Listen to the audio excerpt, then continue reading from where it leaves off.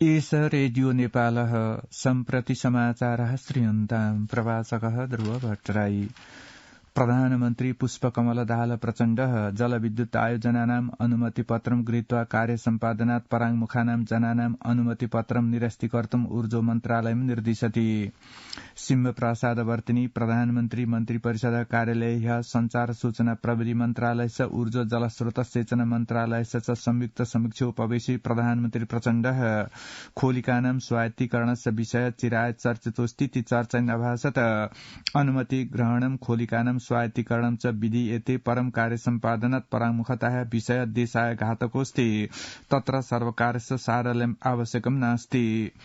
प्रधानमन्त्री प्रचण्ड विज्ञापन सम्बद्ध नीते सरलीकरणाय देशस्य अर्थतन्त्रस्य कठिन परिस्थितौ संचारोद्योगस्य संरक्षणाय च विचारयितुं संचार मन्त्रालयं निरदिशत्।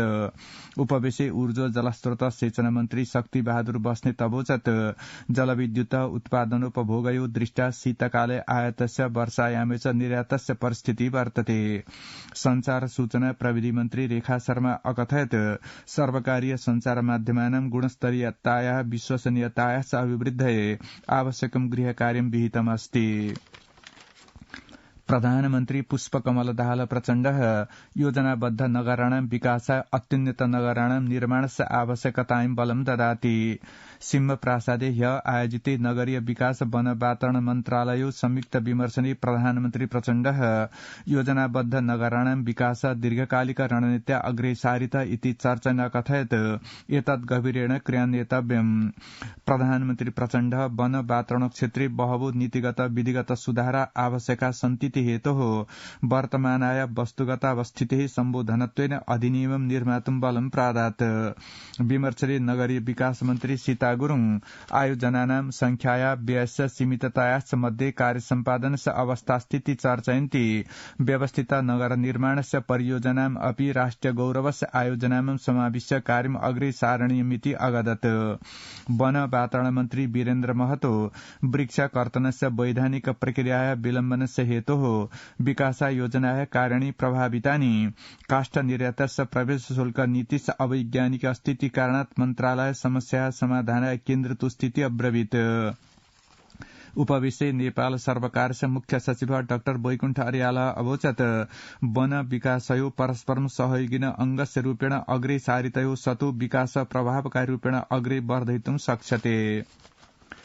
प्रधानमन्त्री पुष्पकमल दाहाल प्रचण्डः निगदति देशस्य राजनीतिक परिवर्तनाय उल्लेख भूमिकां निर्वहतो रोल्पा जनपदस्य विकास सर्वकारण उच्चै प्राथमिकतायां समाविष्टो वर्तते। रोल्पा जनपदस्य सांसदस्य माओवादी केन्द्रस्य उपमहासचिवस्य च वर्षमान पुनित्यस्य नेतृत्वस्य प्रतिनिधिमण्डलेन वित्ताभावस्य कारणेन हुतात्म मार्ग निर्माणस्य विलम्बनस्य सम्बन्धी बालवाटार वर्तिनी प्रधानमन्त्री निवासे ह्य अर्पितं ध्यानाकर्षण पत्रं गृह्णन् प्रधानमन्त्री प्रचण्डः हुतात्म मार्ग निर्माणाय वज्रीकरणाय च तत्कालं कार्यम् अग्रे वर्धयितुं प्रतिबद्धताम् अभिव्यनक।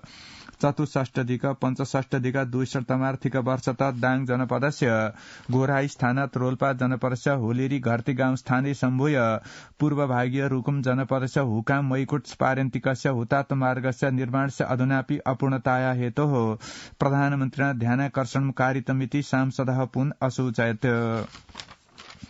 राष्ट्रपति रामचन्द्र पौडेलस्य उपस्थितौ सर्वोच्च न्यायालयस्य प्रधान न्यायाधीशेन विश्वम्भर प्रसाद श्रेष्ठेन सर्वोच्च न्यायालयस्य नवनियुक्ताः न्यायाधीशाः पद गोपनीयतयो शपथेन प्रतिज्ञापिताः सन्ति।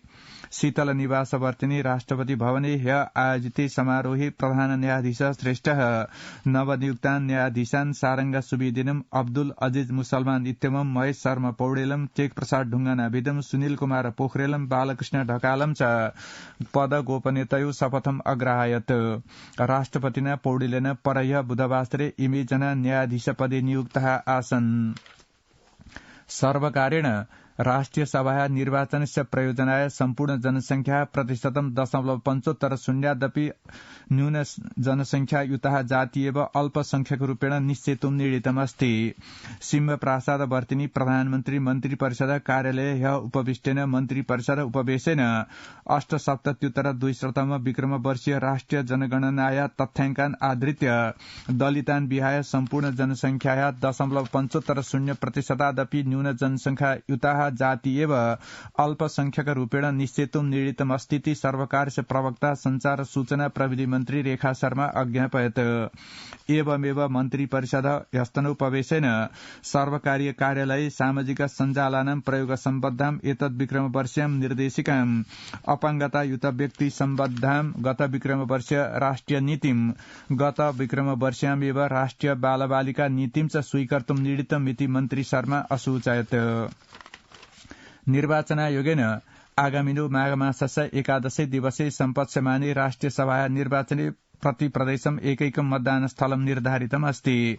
आयोगेन कोशी प्रदेश सकृते विराटनगर वर्तिनी प्रदेश निर्वाचन कार्यालय मधेश प्रदेश सकृते जनकपुर धाम वर्तिनी महेन्द्र नारायण निधि मिथिला सांस्कृतिक केन्द्रे बागमती प्रदेश सकृते हेटौडा वर्तिनी भूटन देवी माध्यमिक विद्यालय प्राविधिक शिक्षालय गण्डकी प्रदेश सकृते पोखरा वर्तिनी प्रदेश निर्वाचन कार्यालय लुम्बिनी प्रदेश सकृते दाङ जनपद घोराई नगर वर्तिनी कर्मचारी मेलन केन्द्रे कर्णाली प्रदेश सकृते सुर्खेत वर्तिनी प्रदेश निर्वाचन कार्यालय सुदूर पश्चिम प्रदेश सकृते धनगढ़ी वर्तिनी प्रदेश सभा भवने च मतदान स्थलम निर्धारितं वर्तते। निर्वाचने सप्तसु प्रदेशेषु सप्तसु मतदान स्थलेषु 14 मतदान केन्द्राणि निर्धारितानि सन्ति। निर्वाचन आयोगस्य प्रवक्ता शालिग्राम शर्मा पौड्यालः विज्ञप्तिं प्रकाश्य निर्धारितेषु मतदान स्थलेषु प्रदेश सभा सदस्यानां ग्रामपालिकानां नगरपालिकानां च प्रमुखाणां उपप्रमुखाणां च कृते भिन्नं भिन्नं मतदान स्थलं निर्धारितमस्तीति अज्ञापयत्। नेपाली कांग्रेस दलस्य सभापति शेरबहादुर देउवा निगदति संविधानस्य समानुपातिक निर्वाचन प्रणाल्यानुसारेण केनापि दलेन बहुमतं प्राप्तं न शक्यते। मधेस प्रदेशस्य नेपाली कांग्रेस दलस्य प्रथम प्रदेश सम्मेलनं ह्य जनकपुरवर्तिनी तिरहुतिया गाछी स्थाने उद्घाटन सभापति देउवा मधेस प्रदेशे नेपाली कांग्रेस दलस्य सुदृढीकरणाय अग्रे सर्तुं नेतृन् कार्यकर्तृन् च अनुरुणत् इति समाचारः।